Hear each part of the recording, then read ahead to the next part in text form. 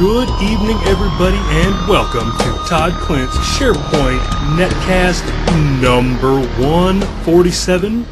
Tonight's Netcast was recorded live Monday, February 25th, 2013, and despite what my notes say, it is no longer President's Day. I am Todd Clint, and I am fresh off my Oscar win for the best Netcast about SharePoint, recorded on Monday in a basement in the evening by a guy named Todd. And you can tell I'm wearing my best Oscar duds tonight in Ames. But even with all of my Oscar wins and all that, this whole thing, I would like to thank the Academy, and I would like to thank Rackspace for their continued support of this little Netcast thing that we got going on here.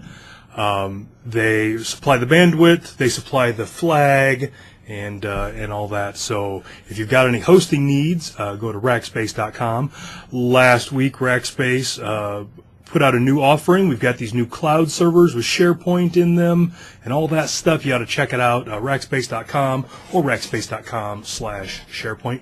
And I mentioned my Oscar dud, so I got to show the shirt here. Let me make sure that all the different versions of the video can see this. So my wife, lovely woman that she is, salt of the earth, couldn't be more perfect, does have one flaw, and that's right now while I'm doing this, she's upstairs directly above me, mere feet from my head, watching American Idol. I know, don't judge her. People cope in different ways. Some people drink and all that. She's married to me, and she needs to cope a lot, so she watches American Idol. But one good thing did come from American Idol. A couple weeks ago, Keith Urban was wearing this shirt, and I just had to get one. So those of you that haven't been around for a while, I've got a black and gold 1977 Trans Am that has this on the hood, and I like to listen to the heavy metal, so all that worked out for me. So thanks to Keith Urban, I've got this fancy T-shirt, and I'm loving it and looking cool doing it. So that's we owe my wife for that. Okay, so production notes.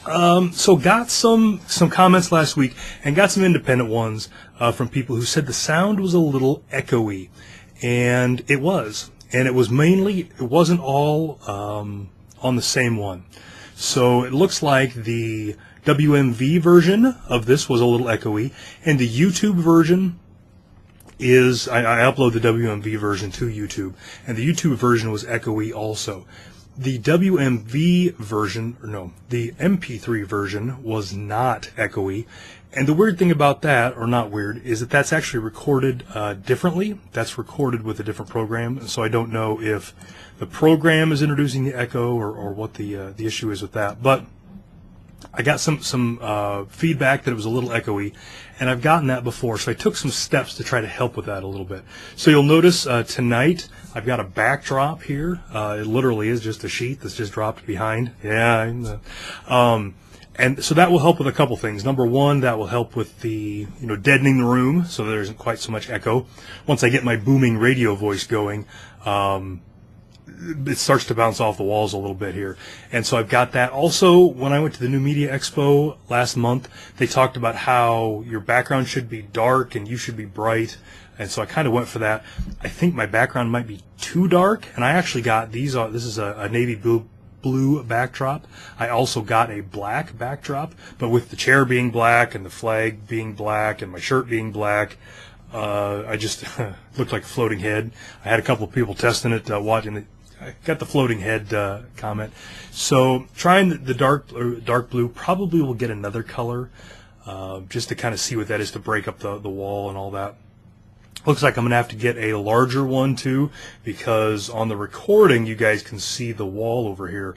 The live one you can't, but when you download the recording it's ever so slightly wider. You can actually see the wall on the other side of the flag. So I'll probably get some more stuff there. But the other thing is I did buy a second sheet, and that is on that wall over there to try to cut back on some of the bouncing around of the sound.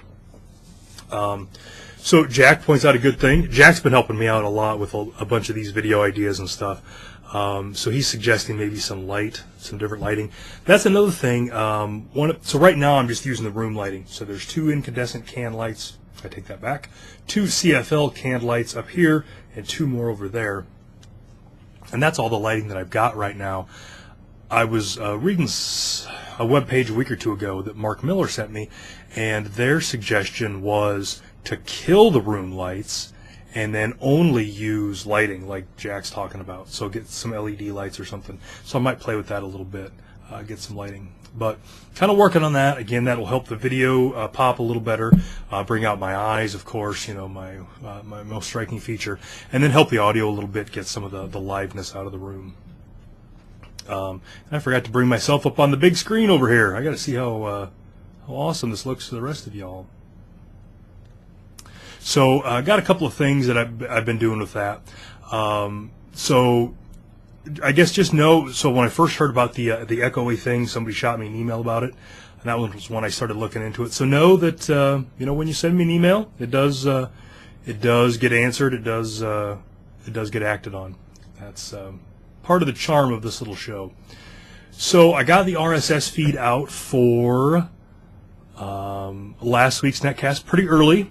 Didn't get the blog post out up until today. That was a little late. And then the YouTube one went out pretty easy. They kind of go up in the order of complication for me to do. The YouTube one's pretty easy. I just drag it over and up it goes. But that brings up another thing. When you're consuming this, you've got some options. You can do it with RSS. You can do it from the blog post. You can do it from, you know, subscribe to my YouTube channel, and that's at youtube.com/ToddClintNetcast. But also on toddclint.com/netcast. On the right, there's a link that says Netcast Download Directory, and if you click that link, that will take you to the actual document library that's got all my netcasts. So often the netcast will get uploaded, but I just won't do the blog post right away. So if it's getting to be like Wednesday or Thursday, and you need your Todd Clint fix and you need it bad, you can try going there and looking in that folder and see if I've uploaded the next one. I just haven't linked to it yet. But you've got that option too. Talked about the background a little bit, so I'm interested in your feedback about that. In the chat room, somebody mentioned doing green screen stuff. Not out of the realm of possibility, but there are some other things I'll do before that. None of the software that I'm using right now easily does green screen stuff, so I would have to change some things. And then honestly, I don't know what I'd put back there that wouldn't look cheesy. Oh my goodness. We got a celebrity in the chat room tonight. Everybody say hey to Spence Harbar. Spence, you picked a bad night to show up, or I guess early morning for you, because I'm going to be talking about a couple of your blog posts. So now I'm all nervous. I'm all nervous. Kelly mentions that I should play Back in Black. I actually did something this time. About 45 minutes before I went on the air, I turned another camera on, just kind of give a behind-the-scenes thing, and just played some tunes in the background. So next week I'll do that. So another thing that I wanted to mention is we've been doing the Ustream thing for a couple of months here, and I think it's been a positive thing. I think everybody that I've talked to likes it, with one exception. When we did the Stickcam thing, you got one commercial up front, and then you were done. With Ustream, they seem to put them out like every 10 minutes or so, depending on how you're viewing it.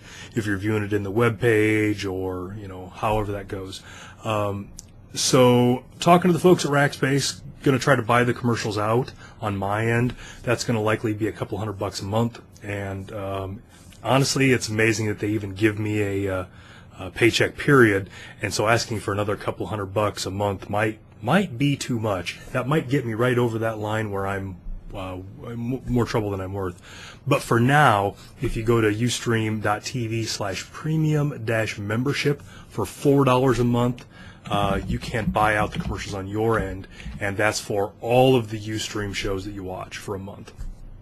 So $4 a month, and don't worry about it. I'm not cashing in. None of this money goes to me. It all goes to the folks at Ustream. It's not lining my fat pockets. It's all just Ustream. So getting some comments in the chat room that they like this better than the old format. That's really good, because the old format was on Stickcam and they went out of business. And they went out of business about a month after I left. I'm not a big believer in coincidences. You can connect the dots on that. You know how that goes. All right, so big news last week, and I knew this was coming, but I couldn't say anything. The cover for our SharePoint 2013 admin book is out. It's a new cover, and I've known about this for a couple of weeks now, and I've been bursting at the seams to tell you guys about it. Originally, they were going to use the same cover as the last book. They were just kind of look at this as an update to the 2010 book. But we talked to them and were like, really, this is not an update. This is all new stuff.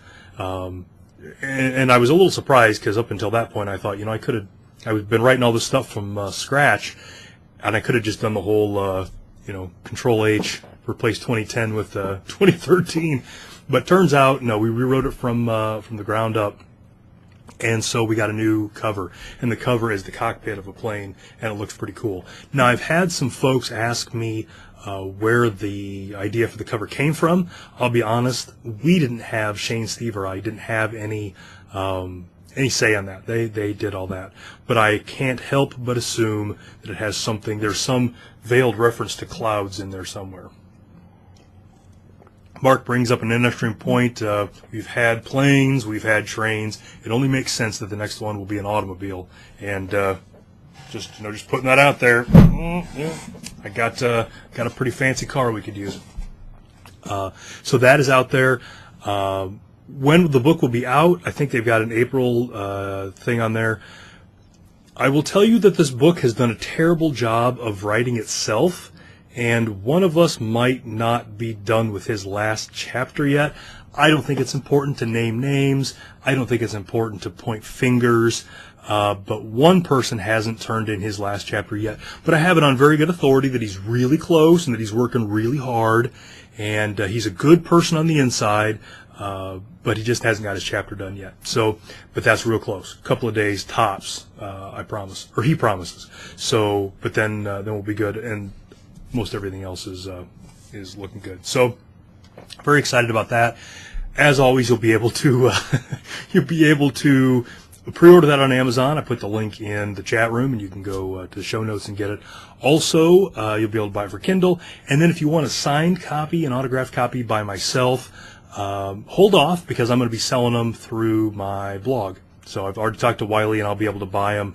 And I'll be able to buy them for at least the difference in shipping so that I'll not lose my butt when you guys buy it. But you'll be able to buy it from me through my blog, and then I'll sign it and write horrible, nasty, but yet truthful things about Shane on it and ship them to you. So you've got that coming. So as soon as I know when that's going to drop and all that, I'll be all over this.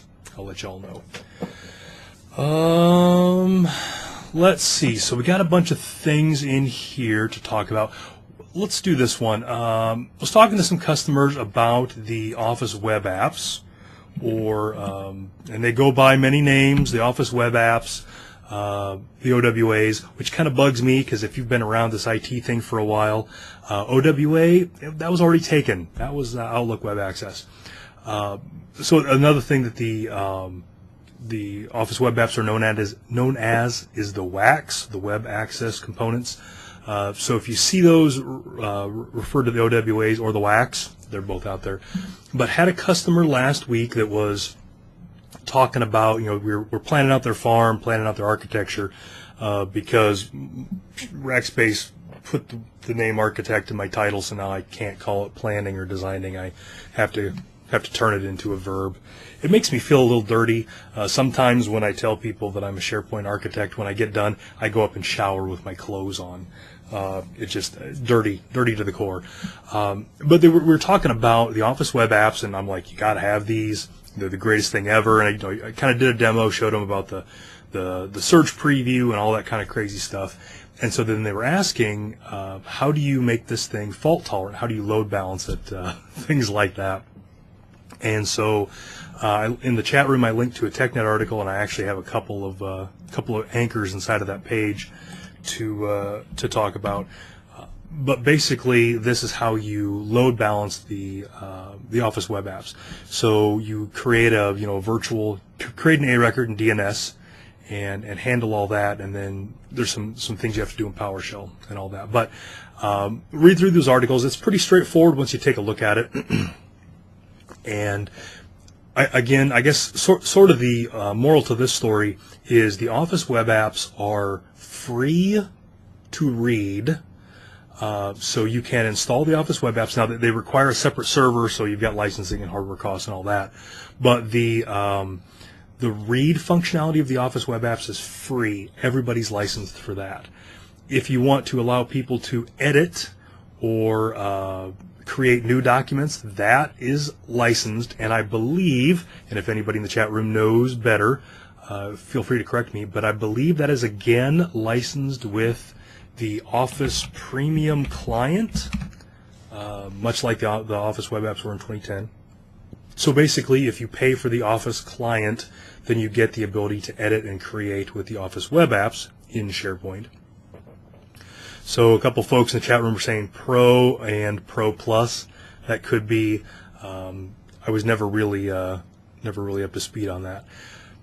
So Office Pro or Pro Plus, and then you can turn that on, and it's pretty cool. Inside of SharePoint now, in SharePoint 2013, there's this new licensing model. So if everybody in your organization doesn't have Office Pro or isn't licensed for edits or reads, then you can actually go into SharePoint and say these people can and everybody else cannot. So SharePoint handles all the licensing. It's actually a pretty good setup.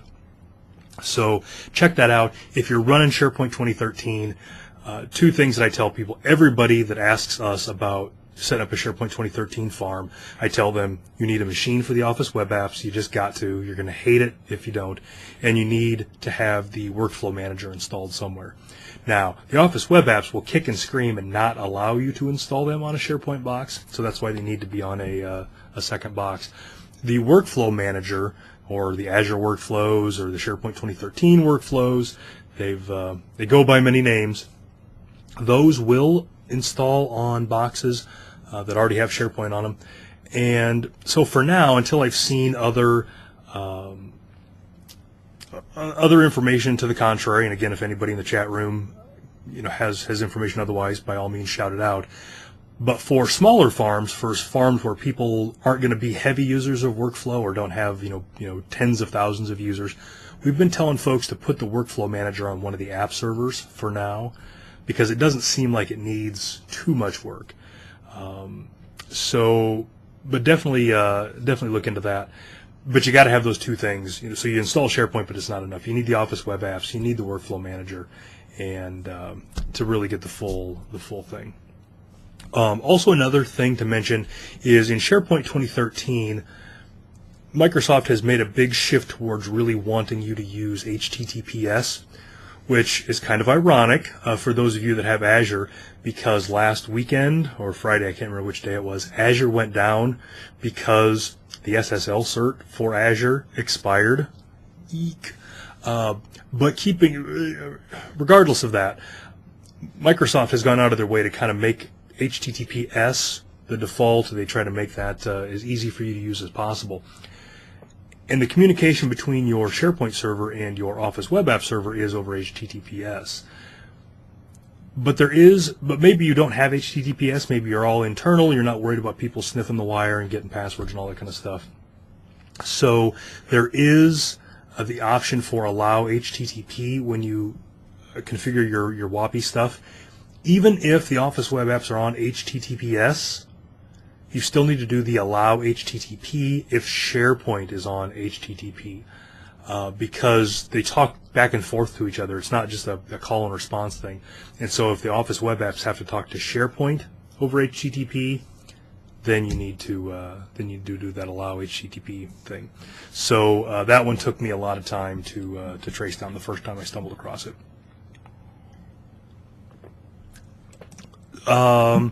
Okay, so this is one I'm a little nervous to talk about now because the guy that wrote it is in the chat room.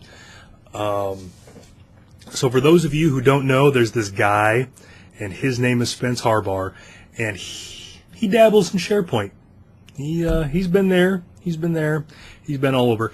And if you're not paying attention to his blog at harbar.net, shame on you. You ought to be. He's been blogging some good stuff lately. And so last week I talked about one of his blog posts. I can't remember what it was. Don't tell me I know this one. Putting central admin on SSL.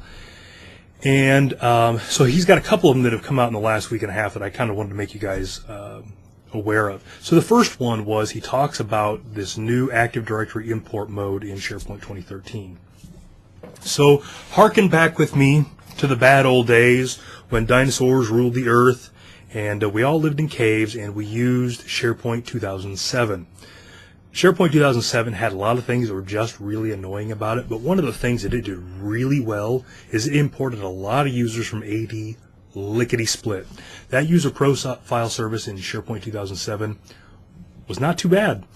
You couldn't write back to AD, and that caused some folks some angst, but you could import lots and lots and lots of users from AD really fast, and if you wanted to filter them, you could use LDAP query strings to filter things out, which was great because you can very easily build LDAP query strings in Active Directory users and computers and see the results. I was a big fan of that technique in 2007.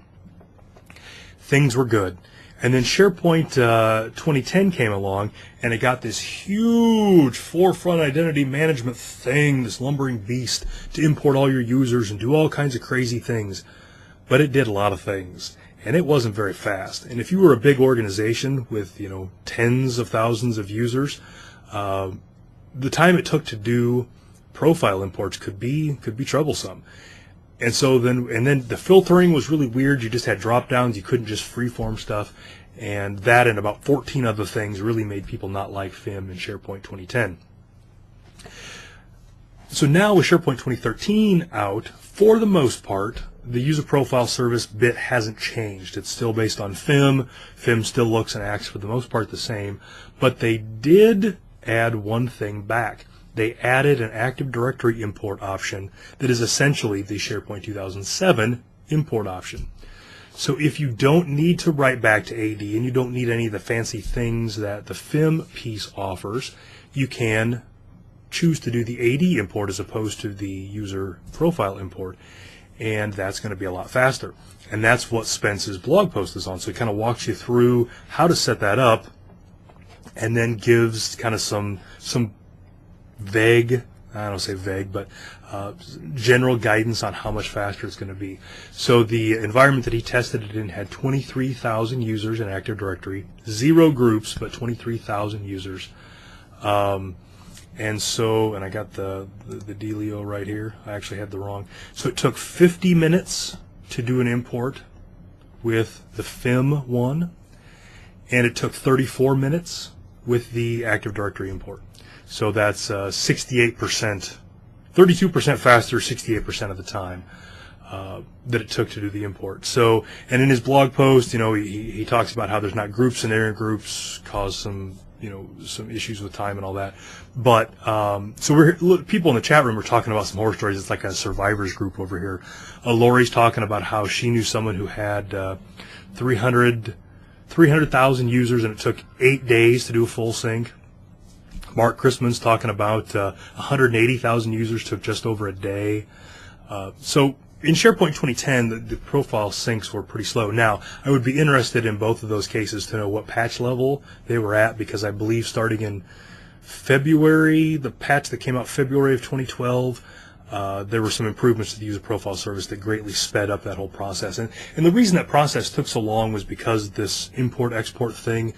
So the user profile service would import from AD and then import from SharePoint and do some compares and all that kind of stuff, and then write out to AD and write out to SharePoint and all that. And so it was a very time-consuming process.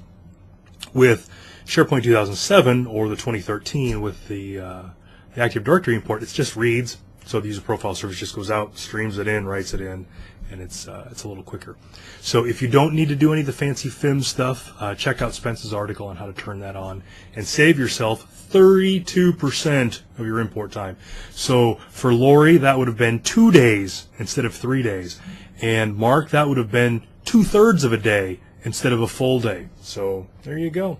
You got some time back. So thanks to Spence for that.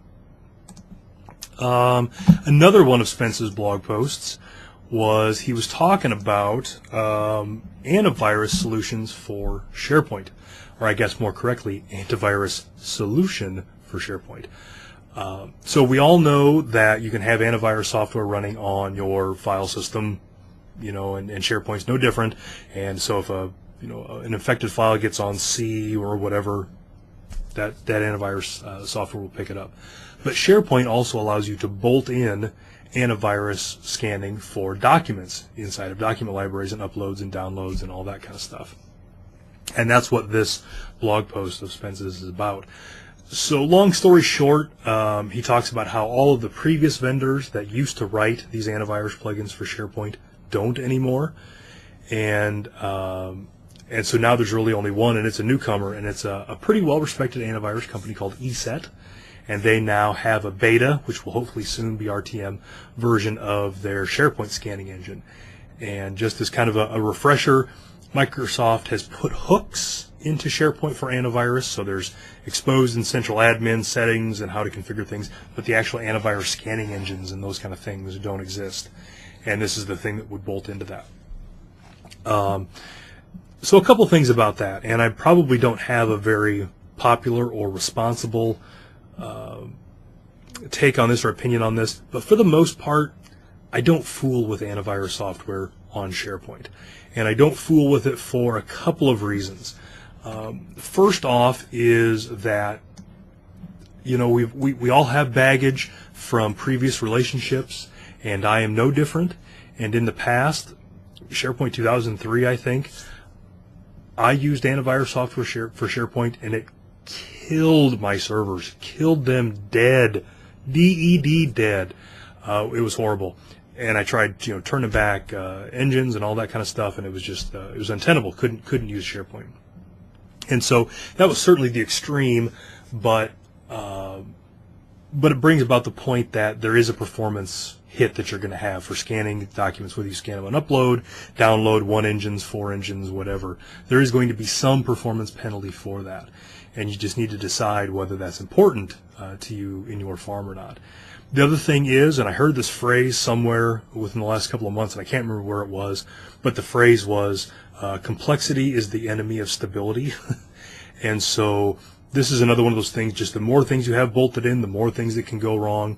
And, your antivirus software malfunctions, and now people can't download things or upload things because of the hooks that are in and it's crashed. So it's just one more thing that can go wrong that can take SharePoint down. So the other thing that I think about is, remember that this software in no way protects SharePoint or SQL or any of the machines that as SharePoint administrators we care about. This is 100% for the protection of our users, because it's potentially going to protect them from downloading a document that's infected. That's what we're protecting for. And if you think about the kind of documents that are in SharePoint, mostly, Word documents, Excel documents, maybe PDF documents, those kind of things, those are really not where viruses are active these days. I'm not saying that there aren't any out there, and I'm not saying they're not bad. There are, but that's really not where the infections are these days. And most of the files, executables and things like that are the main ways to move those kind of files around, you can't get those into SharePoint anyway. And so, I appreciate the idea of having a belt and suspenders approach to anything. And so having antivirus software on the desktop and having antivirus software inside of SharePoint and your other file servers makes sense from a belt and suspender standpoint, but I think that the return's just not there for the performance and the cost and the stability and all that kind of stuff. So anytime a customer ever asks me what kind of SharePoint antivirus should we use, I always tell them not to use any, and I think all but one customers actually fell for it. So as I'm talking about this, as I'm going on to my soliloquy here in the chat room, there have been a few folks that have said, yeah, Symantec took my server down, McAfee was, the cause of... So, it seems a pretty common thing. Now, I think it's important for Microsoft to have this in there, and Spence brings up that PDF files are a huge virus host these days, and they are. That is true. But I'm not convinced that it's a good payoff yet. But I could be wrong, and by all means, if you don't put virus software on your SharePoint server and all of your desktops get put into a bot army, and they take down, CNN.com. It's not my fault. No indemnity whatsoever. Not my fault. But just be very careful. Test it. Make sure that it doesn't kill your servers. No, it's not. Oh, you can't say that, Mark. It's not my fault. So that is that's all of my Spence Harbar blog posts for today. Spence. So Spence brings up a good point. I think we all can agree that it's Shane's fault. I think that's really where we can all agree to that. But Spence, I know you're up late because I assume you're over in the UK right now. But I'm going to do another one of these netcasts in a week. So if you could crank out a couple more blog posts, that would absolutely help me with my topics and help these poor folks. It's like the blind leading the blind in here, and you're really their only hope. So don't do it for me. Do it for these folks. Okay, so on to the next one. So I maintain a little list of build numbers for SharePoint. I don't know if you guys have noticed or not. A little page I've got at toddclint.com/SP2010builds.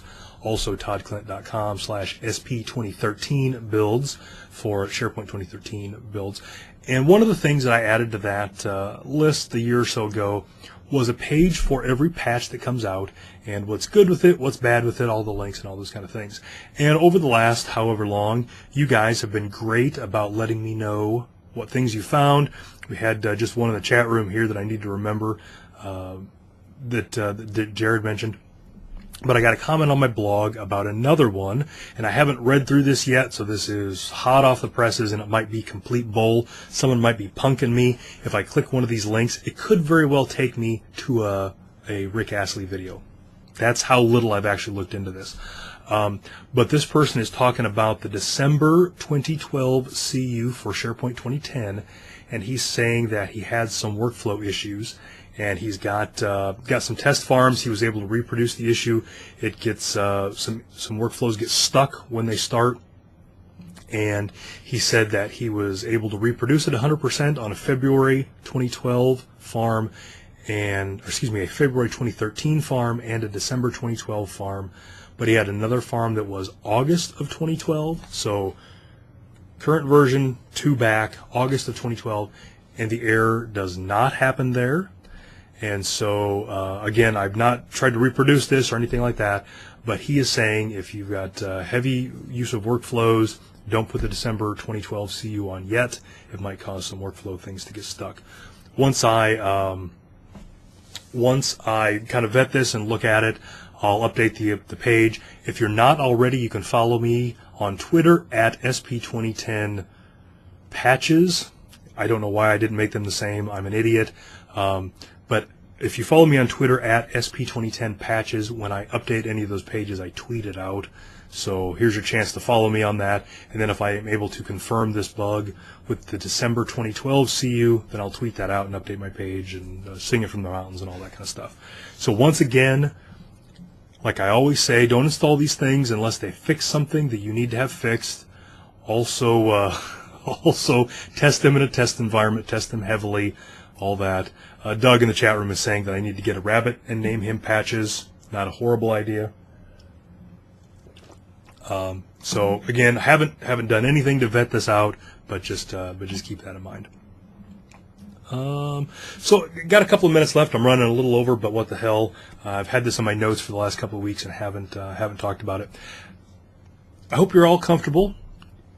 Gather around in a circle, sit Indian style. It's story time. Wanted to tell a little story, just a troubleshooting story that me and one of my coworkers had a couple of weeks ago.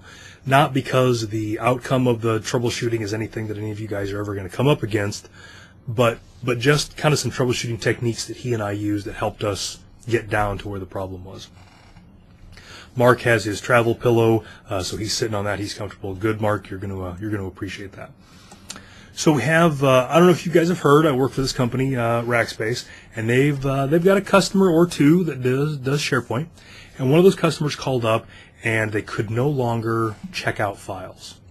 So they went into a document library, wanted to make some edits. They could bring it up in read-only mode, and it was fine. If they tried to check it out, it wasn't fine. Couldn't check it out. Got this weird, like, 404 error or something like that. Made no sense. So one of my coworkers, and I didn't clear it, so I can't say his name, got the ticket and went to their site and was able to reproduce it. Absolutely, that happened.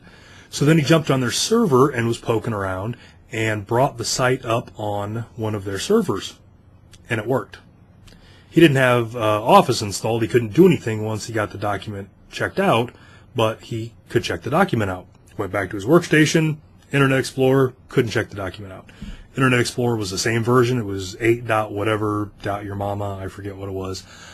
Same version of Internet Explorer, worked on the server, didn't work on his workstation. So he got very curious. He's a curious sort, smart guy. So he fired up Firefox on his desktop and went to the document library and tried to check out a document, and it worked. So to recap, if you try to check out a document on the server, it worked. If you try to check out a document with Firefox, it worked. If you try to check it out with Internet Explorer, who has the same mommy and daddy as SharePoint, it did not work. So he did some poking around, couldn't really figure it out. So that's where I came into play. So he had done a pretty good job with troubleshooting. He kind of narrowed it down. He could reproduce it. It was all that kind of stuff, but just couldn't figure out where the fix was.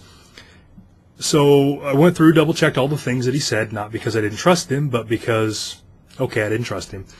But verified all the stuff that he did, and I said, okay.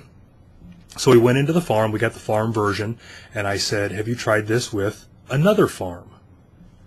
He said, no, I haven't tried that. And I said, well, let's try that. So we had another farm that was that same version with his Internet Explorer on his desktop. It worked. I'm like, okay, so it's not your desktop.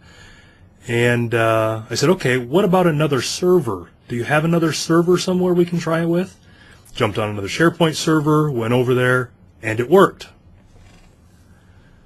We're like, so what is this? On your workstation to this one server, it doesn't work. Now, the reason that we did that was because we were trying to figure out if the problem was with the server or if the problem was with the client. Now, obviously the customer had that problem because they had called us, and then he was able to reproduce the problem. So it probably wasn't the client, but it could have been one of those things where they pushed a patch down to Internet Explorer and it broke some stuff. You never know. But by him going into another SharePoint server and being able to do it, then we could kind of rule out the SharePoint side. So I said, okay, we got some weird stuff going on. Let's fire at Fiddler. So Fiddler is a great tool. Its intended purpose was to allow you to fiddle with the conversation between your web server and your web client. And it gives you this great view. It sets itself up as a web proxy between your client and your server, and kind of lets you see the traffic that's going along with that. So we fired that up on his desktop, and what we found out was that Internet Explorer and Firefox check out documents differently. They go to different URLs, and the one that Firefox goes to worked. The one that Internet Explorer goes to did not work. So that was good. I mean, that explained the whole why Firefox works and why Internet Explorer doesn't. So that made good sense. So then with Fiddler open, we then took Internet Explorer on his desktop, went to the other server that did work, went to the same place on that server, except it did work. So we knew that there wasn't some crazy thing going on in the background. And then on this other server, not the customer server, we installed Fiddler and watched Internet Explorer, and it went to the same place that Fiddler went, or that Firefox went. So we're like, okay, so something on your desktop is making IE do things differently. What's different between your desktop, the production server, and this test server that has SharePoint on it? Office. He had Office installed on his server. So then we were able to narrow it down to, if you have a machine with Office, Internet Explorer doesn't work.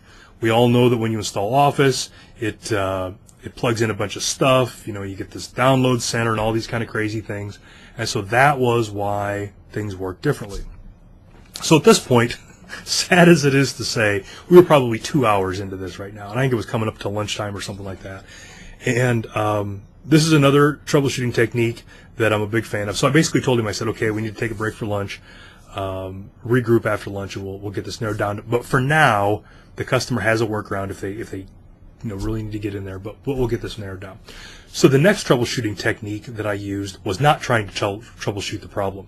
Go out and have lunch. And I was with a buddy and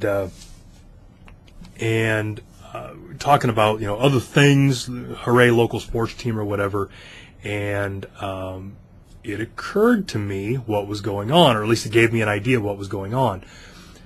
When Internet Explorer was trying to check out the document and it was failing, it was trying to hit a web service, lists.asmx.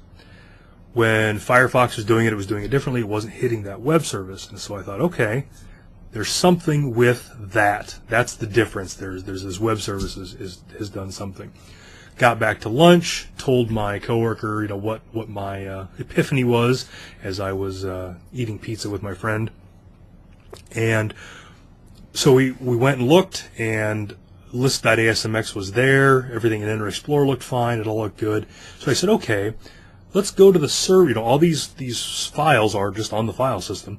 Let's go to the server that works and look at the lists.asmx file.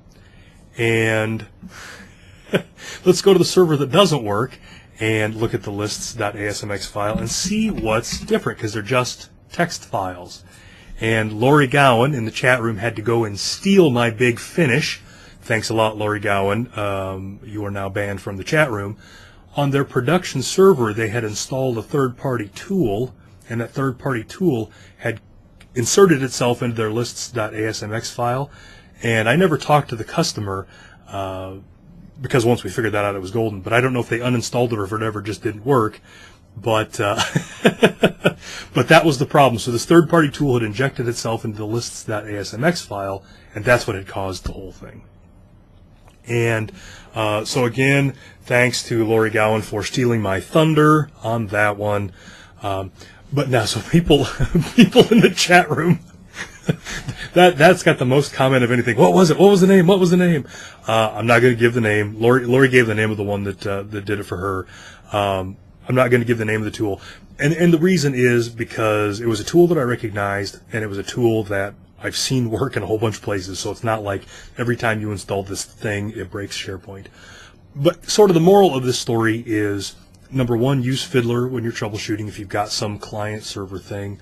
Number two, take a break and quit thinking about the problem for a while. And I know that had I been on the phone with the customer, that would have not been as much of a option, just to say, hey, let's take a break for an hour. But it really does help. You kind of get outside your box. And the other thing was my buddy and I at lunch, and I don't remember if it came to me while I was talking to him, but he's also a computer nerd, so that whole thing where you're trying to explain the problem to somebody else, and then it clicks what the thing was. But also, it's always good to have another system somewhere, so a test environment, whatever, and look things over. So that was just a really good troubleshooting exercise for myself and my coworker. And so I just kind of want to tell you guys about that. But again, if you haven't used Fiddler, if you go to www.fiddler2.com, you can download its free tool, and it's great. So Adrian in the chat room is asking, what was the form of the corruption? Lists.asmx is normally a text file. Yeah, it's just an XML file. It's just so corruption is probably a bad word for it. But when we looked at the non-broken one, it was just a reference to the assembly that did all that kind of stuff. The one that was broken had a reference to this third-party tool, and so I'm guessing, I think like Lori's saying in the chat room, when they uninstalled it, it didn't remove all the references. So my guess is that's what the 404 was. When they would hit that web service, it was referencing this assembly that no longer existed because they uninstalled it. Joanne in the chat room is trying to trick me, and she's trying to say, what does it rhyme with? I'm not falling for that. I'm too smart for that. So that Dolores, yeah. So that's just one of those things to check. But again, I went into Fiddler. I saw where the file was. I should have just went right to the file system and looked. But that's the benefit of hindsight. But So that was a good one. I did like that one. Every once in a while, I have these good mental exercises, and I actually get to figure them out. So, Doug is asking in the chat room, does SharePoint 2013 reference the ASMX file when checking in now? My guess is that it uses the .svc REST API. Honestly, honestly, I don't know, Doug, but I think you're right. Spence in the chat room is thinking it was the Shane Point add-in for SharePoint that broke it. If such a thing would ever even compile, I can only imagine the damage that it would do to any poor, unsuspecting SharePoint farms that it sullied with its presence. It's awesome that Shane's in a time zone 1 hour ahead of me, so it's past his bedtime right now, and he never shows up for this thing. It's great.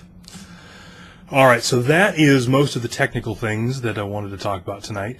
Got some shameless self-promotion. I almost feel like we need theme music for the shameless self-promotion part of the Netcast. So the first thing is, we talked about it last week, and I apologize, I don't have my my image canned up and ready, but one of my coworkers made the ever ridiculous WWSTD shirts, What Would Shane and Todd Do shirts, and so if you want to get one of those, you can you can go to Zazzle.com. Yes, I found that everything is better if it's Shaneless, so Shaneless self-promotion would be far superior to the Shaned version of that. So go out there to Zazzle. We've sold at least one, so that is awesome. Shane and I will probably do something with that. We need to decide some colors and buy some of those. Already mentioned, the admin book is on its way out. Not quite yet. Somebody, excuse me again, no names are necessary, but somebody's not finished with his final chapter yet. But again, if you want to get a signed copy, I will have that. Next week is SP TechCon, and I will be at SP TechCon next week, spreading the SharePoint goodness. Unfortunately, there is an event planned for exactly this time a week from now, an event called the Lightning Talks. I'm going to try to do this. I'm going to do everything I can to get this Netcast going. So I've already got a venue planned for where I'm going to do it and all that kind of stuff. It's just a matter of getting there and getting set up and all that in time. So plan on getting together next week, all of you. But understand we might be a little late on that.